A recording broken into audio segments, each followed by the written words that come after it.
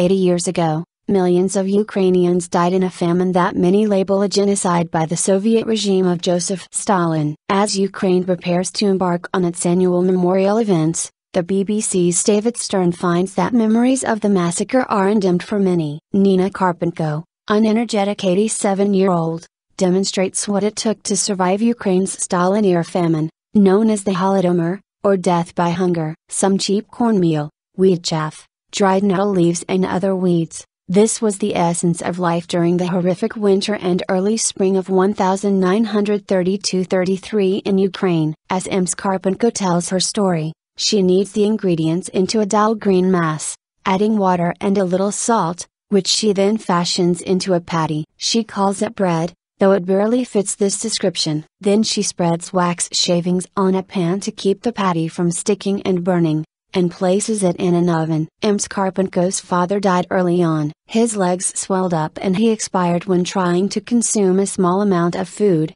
a common occurrence among those close to starvation. Her mother walked 15 kilometers, 9 miles, to a nearby town to see if she could obtain something to eat for Ms Karpenko and her brother and sister. She exchanged her earrings and a gold cross she wore around her neck for about 2 kilograms of flour. Ms Karpenko takes the bread from the oven when it is ready. It is tough and tastes like grass. But thanks to the sweet loaf, and a horsehide that her mother cut into pieces and boiled for soup, the Karpenko family managed to survive until the spring, when they could forage in the nearby forest. Others in their village, Matskivtsi, in central Ukraine, were not as fortunate. There was a deathly silence, she says. Because people weren't even conscious. They didn't want to speak or to look at anything. They thought today that person died, and tomorrow it will be me. Everyone just thought of death. Silent wasteland. Ukrainians mark a Holodomor Remembrance Day every year on the 4th Saturday of November. Some historians,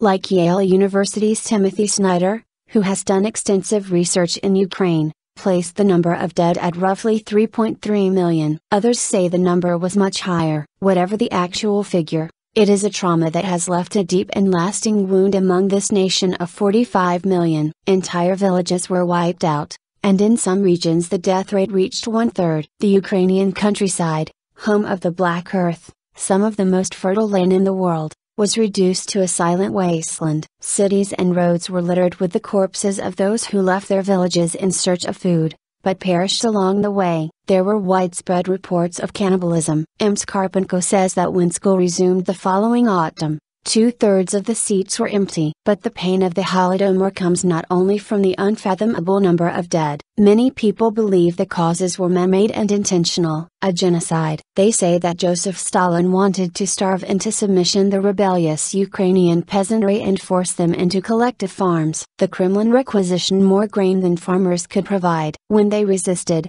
brigades of Communist Party activists swept through the villages and took everything that was edible. The brigades took all the wheat, barley, everything, so we had nothing left, says Ms Karpenko. Even beans that people had set aside just in case. The brigades crawled everywhere and took everything. People had nothing left to do but die. Genocide.